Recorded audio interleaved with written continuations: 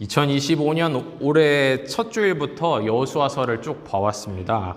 하나하나 자세하게 본 것은 아니고 전체 흐름에 있어서 중요하다 생각되는 부분들은 그래도 가급적 빼놓지 않고 차례대로 나누었습니다. 어떤 시간이었는지 여러분 입장에서 좀 궁금하긴 한데요. 개인마다 다르기는 하겠지만 그간 보았던 말씀 중에 어떤 부분은 특별히 마음에 와닿는 부분도 있었을 것이고 어떤 부분은 듣는 것이 쉽지 않을 뿐더러 별로 와닿지 않는 부분도 분명히 있었을 것입니다. 말씀을 사모하는 마음이 우리 가운데 있다고 하더라도 멀고 먼 옛날 이야기, 특히 땅을 둘러싸고 벌어지는 이 옛 역사를 꾸준히 본다는 것이 분명 쉬운 일은 아니었을 겁니다. 여러분에게도 쉬운 일이 아니었을 거고 사실 저한테도 쉬운 일이 아니었을 것입니다. 그런데 이제는 마무리를 지으려고 합니다. 마무리를 짓되 이왕이면 확실하게 마무리를 지으려고 합니다. 오늘과 다음 주일 두 차례에 걸쳐 여호수아서 결론에 해당하는 말씀 두 가지를 가지고 가장 중요한 질문이자 가장 본질적인 질문, 하나님은 여호수아서의 역사 이야기를 통해 우리에게 도대체 무엇을 말씀하고 싶으신 것인지 그 질문을 다루어 보려 합니다. 여러분, 오늘 본문 말씀 보시면요, 아주 깔끔하고 명료하게 그간의 여호수아서 이야기 전체를 총정리해주고 있습니다. 싹 정리해줘요.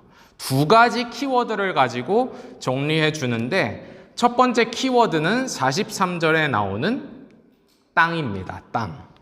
이미 여러 차례 말씀드렸지만 이 사람들, 여기 와 있는 이 사람들은요, 본래 남의 나라에서 노예 생활하던 상태에 있던 사람들이 광야에서 방황하는 유목민 나그네 생활을 통과해서 마침내 땅을 얻는 것이 여호수아서의 내용이었습니다. 여러분, 성경에는 땅이라는 단어가 굉장히 많이 등장하는데요, 제법 많이 등장합니다. 마태복음 5장에 봐도 거기 팔복의 말씀이 나오는데 예수님이 이런 말씀을 하시죠. 마태복음 5장 5절. 온유한 자는 복이 있나니 그들이 땅을 기업으로 받을 것이며, 이런 말씀을 하십니다. 은혜로운 말씀이죠. 이토록 성경 여러 곳에서 땅이라는 말이 반복하여 등장하는데 오늘날의 기준에서 보면 땅이라는 것이 단순히 부동산, 토지, 자가주택과 같은 그런 하나의 재산 형태를 말하는 것만은 아닐 것입니다.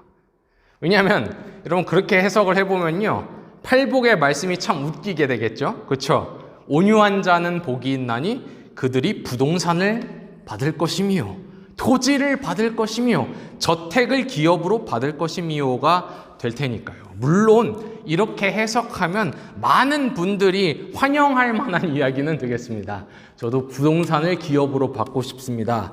그런 욕구가 있을 테니까 사람들이 환영할 만한 이야기는 되겠습니다만, 사실 성경이 말하는 땅은 그보다 더 크고 광범위한 의미를 지니고 있는 것 같아요.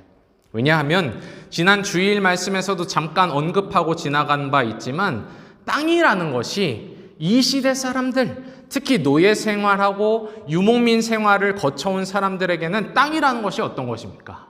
그야말로 안정된 생활 공간이고 또 내가 일하고 내 소명과 재능을 펼칠 수 있는 무대이기도 합니다.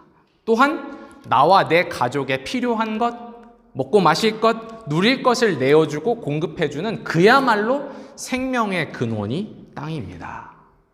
그런 의미에서 땅이라는 것은 곧 생명, 삶다운 삶, 정말 삶다운 삶을 의미하는 것이라 그렇게 말할 수 있겠습니다. 성경 안에서. 땅을 얻었다는 것은 그러니까 새로운 차원의 삶, 온전한 삶이 열렸다는 것이죠. 여러분, 하나님이 처음 사람을 만드셨을 때 어떻게 하셨습니까? 그들에게 에덴 동산이라는 땅, 삶의 자리, 생명의 무대를 허락하셔서 마음껏 온전히 사람들이 살도록 하셨습니다. 그게 인간이 보여줄 수 있는 가장 이상적인 삶의 모습이었어요. 그런데 이제 이 이스라엘 민족도 마침내 땅을 얻음으로써 모든 지파가 땅을 다 받게 됨으로써 비로소 삶의 자리, 삶의 무대가 확보된 것입니다. 아, 이제부터는 우리가 정말 멋지게 하나님이 원하시는 대로 살 수 있구나. 그렇게 된 것이죠. 두 번째 키워드는 44절에 나오는데요. 44절에 보시면 안식이라는 말이 나옵니다. 이 44절 후반부는 이 안식이 구체적으로 어떤 모습인가, 안식이라는 상태가 어떤 상태인가를 설명해 주는데 어떤 상태입니까? 바로 원수들의 위협으로부터 자유로운 상태입니다.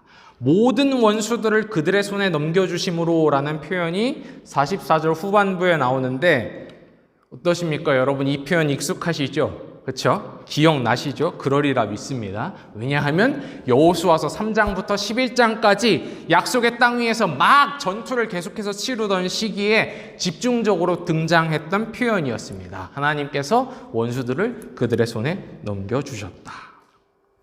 여러분 안식이라는 말, 안식이라는 단어는 듣기만 해도 참 좋은데 그 안식이라는 말 안에는 참으로 다양한 의미, 풍성한 의미가 담겨져 있습니다만 가장 기본적으로는, 가장 원초적으로는 외부로부터 위협이 없어야 안식이라는 것이 가능하겠죠. 그렇죠? 외부로부터 위협이 없어야 안식이 성립 가능할 것입니다. 그렇지 않겠습니까? 아무리 값진 땅을 얻었다 하더라도, 아무리 많은 것을 소유하고 누리는 풍요로운 삶을 살지라도 주변 사방에 나와 우리 가족, 우리 재산을 노리는 그야말로 하이에나와 같은 자들로 둘러싸여 있다면 안식은커녕 불안과 근심에 시달리며 하루하루 살아가는 것이 이게 사는데 전혀 사는 것 같지가 않다, 그런 꼴이겠습니다. 여러분 오늘 우리가 살아가는 시대가 정말 역사상 유례가 없을 정도로 엄청난 기술의 발전과 부를 누리는 그런 시대이지 않습니까?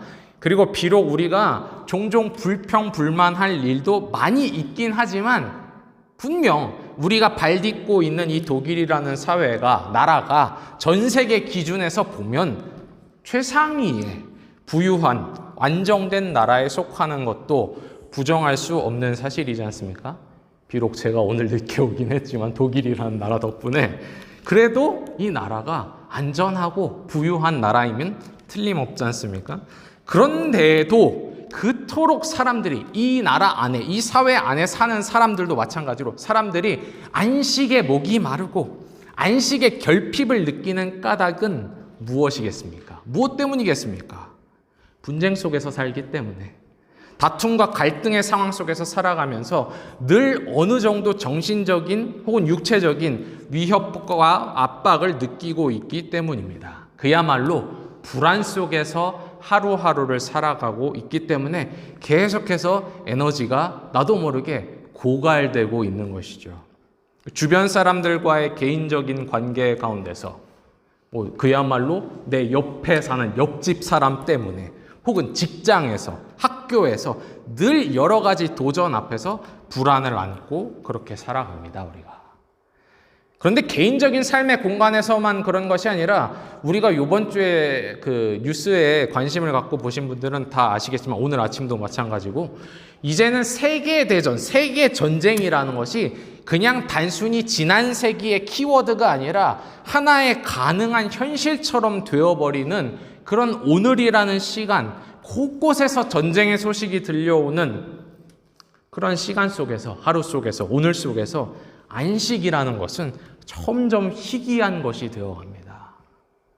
진정한 안식에 다다르기 위해서는 여러 가지 조건들이 필요하지만 가장 기본적으로는 외부로부터 위협이 없는, 내가 정말 안전함을 느끼는 그런 상태를 얻어야 하는데 그런 상태조차도 누리지 못하니 당연한 것이죠.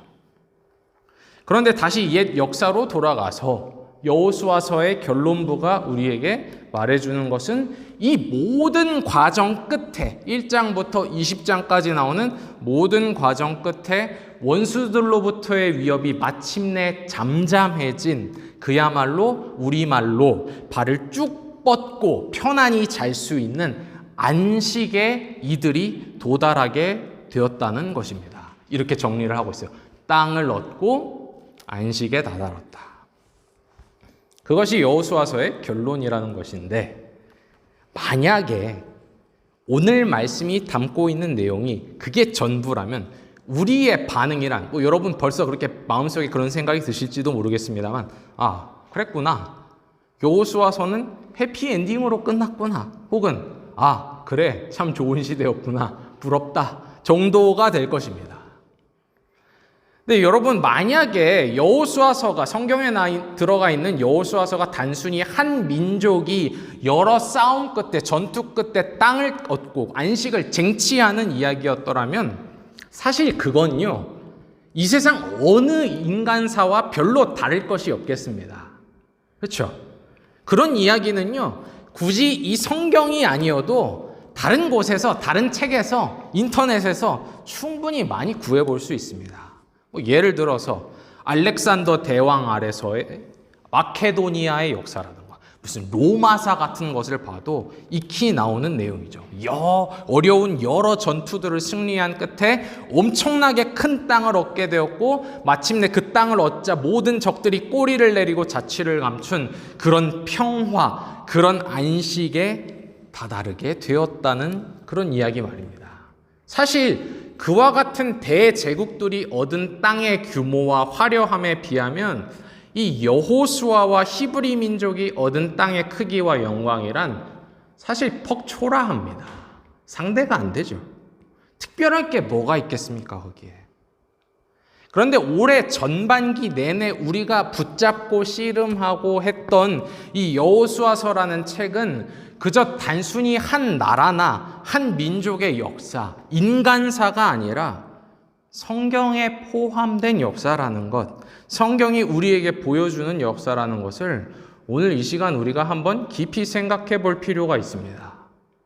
이 말은요, 여호수아의 역사라는 것이 단순히 어떤 민족이 잘되고 망하고 흥망성쇠하고 전쟁에서 이기고 부강해지고 그런 이야기를 보여주는 것이 아니라, 혹은 그 민족에 있었던 몇몇 이름난 뛰어난 영웅들의 이야기, 그들의 능력과 업적을 보여주는 것, 그런 것을 주 목적으로 삼지 않습니다. 물론 여호수아서도 역사이기 때문에 그 스토리 안에는 히브리 민족 이스라엘이라는 하나의 구체적인 민족이 등장하고 이름을 가지고 있는 구체적인 인물들이, 사람들이 등장을 합니다. 여호수아나 갈렙, 라합이나 슬로보아렛의 딸들처럼 말입니다. 이 사람들의 이야기를 보면서 이 사람들이 가진 어떤 대담한 태도, 용기, 지혜, 굳은 믿음 등을 우리가 보면서 도전을 받기도 합니다. 그러나 여호수아서를 총정리하는 오늘 본문 말씀을 보시면요, 어떻게 나오냐면 여호수아서의 이야기를 그저 하나의 인간사, 민족사, 전쟁사로 정리하지 않고 무언가 다른 것을 보여줍니다. 분명한 차이를 보여줍니다. 무엇입니까, 그게? 오늘 본문 말씀 잘 보시면요, 오늘 정리하는 말씀에서 역사의 주어, 역사의 주체는 하나님이십니다. 이 역사는 하나님을 역사의 주어, 역사의 주체로 선포합니다. 이게 성경 역사의 아주 독특한 특징입니다. 하나님이 역사 가운데, 사람들의 삶 가운데 일하신다는 것, 그걸 말해주고 싶은 것입니다. 오늘 본문 말씀은 그 아주 독특한 관점, 인간사에서 발견할 수 없는 하나님이 거기 계셨고 하나님이 거기서 일하셨다라는 그 독특한 관점을 가지고 지난 사건들을 다 정리해 나가는 것입니다. 43절에 뭐라고 나오죠? 여호와 하나님께서 이스라엘에게 삶의 터전, 땅을 주셨습니다. 그래서 주셨기 때문에 그들이 땅을 얻어 거기서 살게 된 것입니다. 이어서 44절, 여호와 하나님께서 모든 원수들을 이스라엘의 손에 넘겨주셨습니다. 그래서 그들은 승리할 수 있었고 위협으로부터 자유케 되었으며 하나님이 주시는 안식을 누리게 되었습니다. 즉 안식이라는 것이 자력으로 얻어낸, 스스로 성취한 어떤 그런 상태가 아니라, 업적이 아니라 하나님께서 그의 백성에게 주신 것으로 분명하게 선언을 하고 정리를 하고 그렇게 역사의 마지막 포인트를 찍는 겁니다. 하나님이 땅을 주셨다. 하나님이 안식을 주셨다. 물론 성경을 많이 읽어보신 분들은 이 여호수아 시대에 주어진 안식이라는 것이 별로 그다지 오래가지 못했다는 것을 알고 계실 것입니다. 벌써 사사기만 넘어가도 엉망진창이 돼버립니다. 그러나 그렇다고 해서 우리가 최소한 이 시점에서 간과하지 말아야 할 것은 분명 이 시점에서 말씀이 말하고 있는 바는 여호수아의 시대에 안식이 주어졌다. 그렇게 역사가 끝났다는 점입니다. 그리고 그 안식은 하나님이 주셨다는 것. 하나님이 주셨다는 것. 알렉산더 대왕에 의해 소국에 불과했던 마케도니아 왕국이 페르시아를 넘어 인도 땅까지 다다르는 대제국을 이루었다는 그런 인간사의 서술 방식처럼 여호수아가 너무 훌륭해서 여호수아의 뛰어난 영도력과 전술적 능력 때문에 히브리 민족이 땅과 안식을 얻은 것이 아니고요. 그런 이야기가 아니고요. 하나님이 그들에게 땅을 주신 이야기, 하나님이 그들에게 안식을 주신 이야기로 정리한다는 것이죠. 물론 분명 여호수아라는 그 종의 신실한 자세와 실력을 충분히 성경도 인정하고 존귀한 것으로 여깁니다. 하지만 새로운 단계의 생명, 삶다운 삶, 온전한 생명, 땅과 안식은 뭐예요? 하나님이 주셨다는 것, 그리고 하나님이 주신다는 것. 그리하여 결국에는 이 오래된 역사를 통해 그 역사를 읽고 되새기는 모든 시대의 하나님의 백성들이 여호수아서를 읽는데 그 모든 시대의 하나님의 백성들, 오늘날 우리들로 하여금 생명을 주시는 그 하나님을 바라보게 하고 오롯이 그분께 영광을 돌리게 하는 것. 그분이 우리에게 생명을 주신다. 그분이 우리의 삶을 완성시키신다. 그분이 우리에게 안식을 주신다라고 영광을 돌리게 하는 것. 그것이 여호수아서의 결론이자 목적입니다.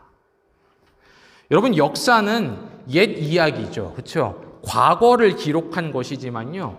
역사는 과거의 사람들을 위해 기록된 것이 아닙니다. 과거의 사람들은 이미 세상을 떠났죠. 역사는 누구를 위해 기록된 것입니까?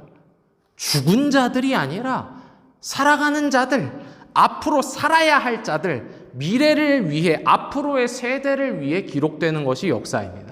그러니까 역사는 전달하고자 하는 분명한 메시지가 있는 것이에요. 여호수아 시대의 역사를 통해 생명을 주시는 이, 생명을 온전케 하시는 이, 끝내 안식에 이르게 하시는 일을 기억하게 하고 기억하게 할 뿐만 아니라 계속해서 오늘이라는 삶의 순간마다 그분의 보호하심과 베푸심과 공급하심과 인도하심을 바라보고 간구하고 또 신뢰하고 또 소망하게 하는 겁니다. 그 역사가. 과거를 통해 오늘을 향해 계속해서 문을 두들기며 도전하는 것입니다. 믿음으로 나아가도록. 교회 여러분, 성경이 역사를 그런 독특한 방식, 하나님이 거기 계시고 하나님이 일하시는 이야기로 역사를 새롭게 서술했듯이 믿음 안에서 우리의 삶의 이야기, 우리의 삶의 스토리도 그렇게 독특한 방식으로 다시 쓰여지게 됩니다. 새로 쓰여지게 됩니다. 하나님이 계신 어떤 사람의 인생, 하나님이 역사하신 어떤 사람의 인생, 그렇게 다시 쓰여지게 됩니다.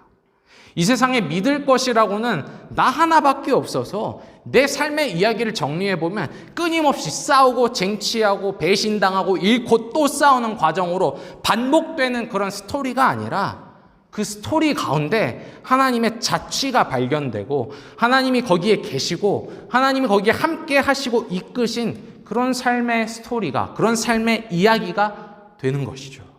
믿음 안에서 그렇게 다른 관점으로 다시 쓰여지는 것입니다. 이미 이야기가 시작되는 첫 순간부터 하나님이 생명을 주셨고 기회를 주셨고 순간순간 보호하시고 인도하시고 길을 열어주시고 재능과 힘을 공급해 주시고 또 분명히 어떤 때는 눈물 흘리며 고생할 때도 있지만 마음고생할 때도 있지만 기어코 삶의 열매를 맺게 하시고 그 스토리의 마지막 끝에는 뭐가 있어요?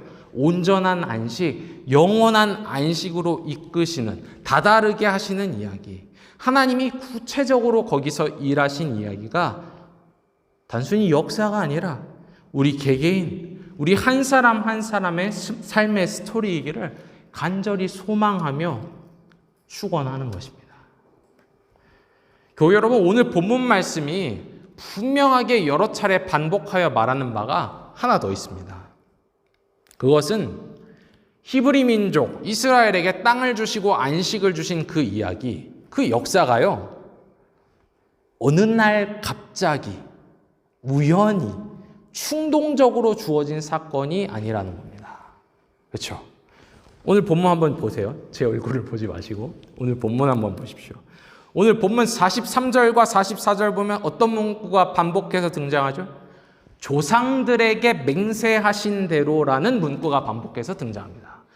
땅을 키워드로 얘기하면서 조상들에게 맹세하사 주리라 하신 온 땅이라고 나오고, 44절에도 안식을 이야기하면서 조상들에게 맹세하신 대로 하셨으므로, 그렇게 반복을 한다는 것이죠. 여러분, 요즘에는 어딜 가나 한국 사람들끼리 만나면 MBTI가 뭐냐고 묻는데요. 저도 이 교회 오니까 누가 묻더라고요. 목사님 MBTI 뭐예요? 얘기해 보라고. 저는 정확히 몰라서 대충 추정을 해서 얘기했는데, 혹시 모르시는 분들을 위해서 짧게 설명해 드리자면, MBTI란 어떤 검사를 통해서, 검사제를 통해서 개인의 성격과 기질을 분류하는 하나의 방식 체계를 의미합니다. 너무 딱딱하게 설명을 해드리는 것 같은데, 근데 거기에 보면은 마지막 네 가지 항목인데, 마지막 네 번째 항목에 이 사람이 J냐 혹은 이 사람이 P냐 그렇게 분류하는 것이 있는데, 그게 뭐냐면요, 이 사람이 매사에 미리 생각을 하고 판단을 내리고 계획을 세워서 행동에 옮기는 그런 성격이냐 기질이냐, 아니면은 즉흥적으로 그때그때 느껴지는 바에 따라, 감이 오는 바에 따라, 이끌리는 바에 따라 행동하는 타입이냐, 뭐 그런 내용입니다. 근데 갑자기 이 이야기를 왜 하냐면요, 인간의 성격, 기질 분류 체계를 하나님께 적용한다는 것이 좀 불경스럽긴 하지만, 성경이 계시하는 하나님은 확실히 무슨 타입입니까? J타입입니다. 그렇죠? 오늘 본문 말씀에도 그렇게 2번이나 나오지 않습니까? 조상들에게 맹세하신 대로 하셨다. 갑자기 땅을 주시고 갑자기 안식을 주신 게 아니라 조상들에게 맹세하신 대로, 약속하신 대로 하셨다. 이 맹세는요, 길게는 수백 년 전, 최소 500년 이상 전에 아브라함에게 주신 맹세였습니다. 하나님이 아브라함 보고 너 나랑 같이 모험을 떠나자 할 때 주신 약속이었어요. 창세기 12장에서 시작되죠. 그리고 그 맹세는 아브라함에게만 주어진 것이 아니라 아브라함의 아들 이삭, 그리고 그의 아들 야곱, 그리고 그의 12아들들에게 계속해서 반복하며 갱신되었습니다. 그러니까 누가 시킨 것도 아닌데 하나님 자신께서 자꾸 나타나서, 세대마다 나타나셔서 맹세하고 갱신하셨어요. 그리고 짧게는 40몇 년 전 모세한테 또 나타나서 또다시 하신 맹세입니다. 여러분, 모세 이야기 보면 참 기가 막힌데요, 삶의 모든 것을 다 몽땅 잃어버리고 미디안 광야에서 목적 잃고 유목민으로 살아가던 모세에게 처음 나타나셨던 하나님, 불타는 나무 가운데서 나타나셨던 하나님은 그 모세를 부르시면서 또 그 옛 맹세를 꺼냅니다. 또 그 옛 맹세를 다시 말씀하십니다. 내가 너희를 인도해서 땅으로 데려갈 것이다. 네가 그 역할을 해야 된다. 그리고 여러분 기억하실지 모르겠습니다만, 가장 가까이 보면 그 모세가 죽고 여호수아가 후임자가 되었을 때 하나님이 여호수아한테 또 찾아와서 또 같은 맹세를 또 하세요. 제가 2가지 말씀을 한번 읽어드리겠습니다. 여호수아서 1장 6절, 너무 오래돼서 기억 안 나실 텐데 워낙 유명한 구절이라 들으시면 아시겠습니다. 여호수아서 1장 6절, 강하고 담대하라. 너는 내가 그들의 조상에게 맹세하여 그들에게 주리라 한 땅을 이 백성에게 차지하게 하리라. 그렇죠? 조상에게 맹세하여 주리라 한 땅을 이 백성에게 차지하게 하리라. 여러분, 그 약속의 말씀은 어떻게 되었습니까? 땅이 주어짐으로써 오늘 이 43절로서 현실이 되었죠. 또한 여호수아 1장 5절, 내 평생에 너를 능히 대적할 자가 없으리니 내가 모세와 함께 있었던 것 같이 너와 함께 있을 것임이라. 이런 약속도 주셨어요. 너를 대적할 자가 없다, 맞설 사람이 없다, 그렇게 약속을 하셨어요. 그런데 그 약속의 말씀은 또 어떻게 되었습니까? 오늘 44절에 보면은 모든 원수들을 손에 넘기신 끝에 기가 막힌 방식으로 승리하여 안식의 상태에 이르는 것으로 그 약속도 현실이 되게 하셨습니다. 그러니까 길게는 수백 년 전 조상들, 짧게는 40몇 년 전의 모세, 그리고 여호수아 자신에게 끊임없이 주어졌고 갱신되었던 그 약속의 말씀, 정확히 표현하자면 오늘 본문 말씀을 따르면 약속의 선한 말씀이 결국에는 어떻게 되었다는 것입니까? 다 이루어졌다는 것. 하나님이 무슨 그들한테 빚을 진 것도 아닌데 이 사람들한테 선의를 베풀어야 할 하나님이 어떤 의무를 가지고 있는 것도 아니고 하나님이 그들에게 채무를 진 것도 없는데 이상하게 이 하나님은 그렇게 열정과 열의를 가지고 계속해서 때마다 찾아와 선한 약속의 말씀을 기억해야 돼. 상기시키시고 결국에는 그것을 이루어 주신 것입니다.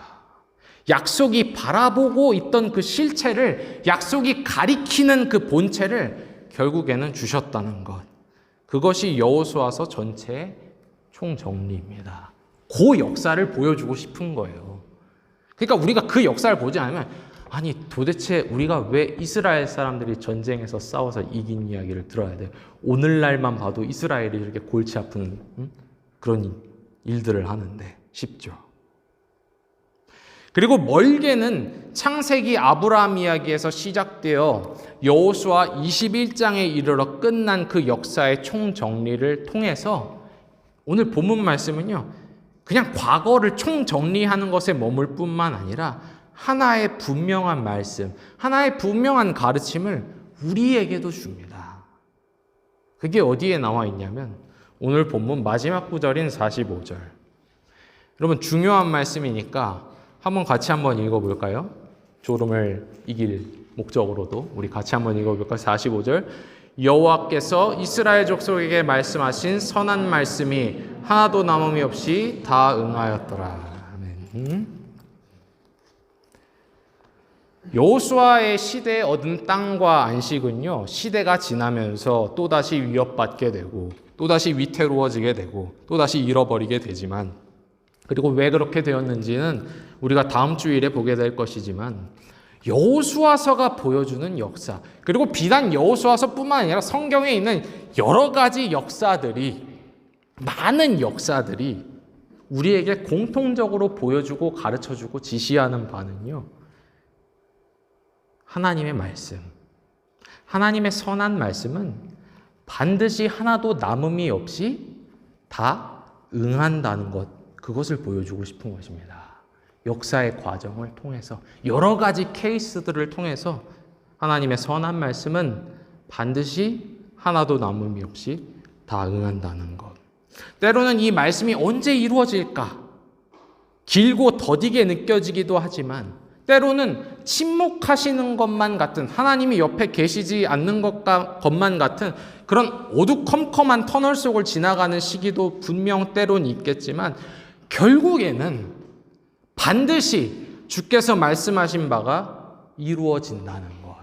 그래서 주기도문에서 예수님이 가르쳐 주셨듯이 뜻이 하늘에서 이루어진 것 같이 땅에서도 반드시 이루어진다는 것 말입니다. 그게 우리의 간구이기도 하지만 간구이기 전에 뭐예요?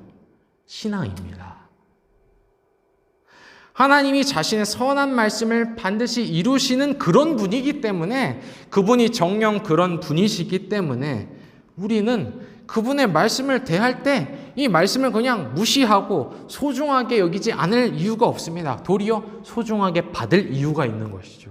그 말씀 가운데서 아니 그 성경, 왜 기독교인들은 맨날 모여서 이렇게 성경을 못 봐서 안달이 났냐? 사람들은 질문하지만 그 말씀 가운데서 기쁨과 위로와 가르침과 격려와 도전을 얻을 이유, 그 말씀을 붙잡고 말씀이 우리에게 주는 생명으로의 약속, 안식으로의 약속을 견고히 붙들고 놓지 않고 살아야 할 이유가 있습니다. 그 이유는 무엇입니까? 하나님이 그런 분이기 때문에, 자신이 약속하신 바를 반드시 이루시는 분이시기 때문에. 교회 여러분, 여호수아서가 우리에게 보여주고 싶은 하나님, 그리고 성경이 계시하는 하나님은 그런 분이십니다. 우리에게 선한 말씀을 주시며 우리 삶 마지막 순간까지 신실한 동행과 인도하심을 약속하시며 영원한 안식과 생명을 약속하시며 약속하실 뿐만 아니라 그 말씀을 이루시는 분이십니다. 그 하나님, 그 놀라운 하나님을 우리가 두려워하고 무서워하고 무시하고 꺼릴 것이 아니라 그 하나님, 옛 역사를 통해 여러분에게 말씀하시며 오늘도 여전히 말씀하시고 두들기는 그 하나님을 여러분 믿고 신뢰하십시오.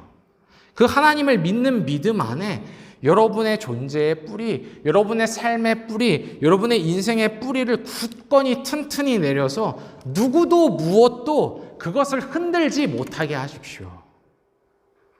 제가 개인적으로 참 좋아하는 말씀이 한 구절이 있는데요. 이사야서 55장 11절 말씀입니다. 그런데 이게 개역개정 버전으로 읽어드리면 여러분이 헷갈릴 수 있기 때문에 바로 듣고 이해하기 쉽도록 새번역 성경 버전으로 10절부터 11절까지 내용을 한번 읽어드리겠습니다. 비와 눈이 하늘에서 내려 땅을 적셔서 싹이 돋아 열매를 맺게 하고 씨 뿌리는 사람에게 씨앗을 주고 사람에게 먹거리를 다 주고 나서야 근원으로 돌아가는 것처럼 나의 입에서 나가는 말도 내가 뜻하는 바를 이루고 나서 내가 하라고 보낸 일을 성취하고 나서야 나에게로 돌아오게 될 것이다. 아멘. 하나님의 선한 말씀이, 그 선한 약속이 우리의 존재와 우리의 인생 이야기, 우리의 삶과 심지어 우리 죽음 넘어 모든 순간 안에서 아름답게 열매 맺으며 온전히 이루어지기를 성삼위 하나님의 이름으로 축원합니다. 아멘.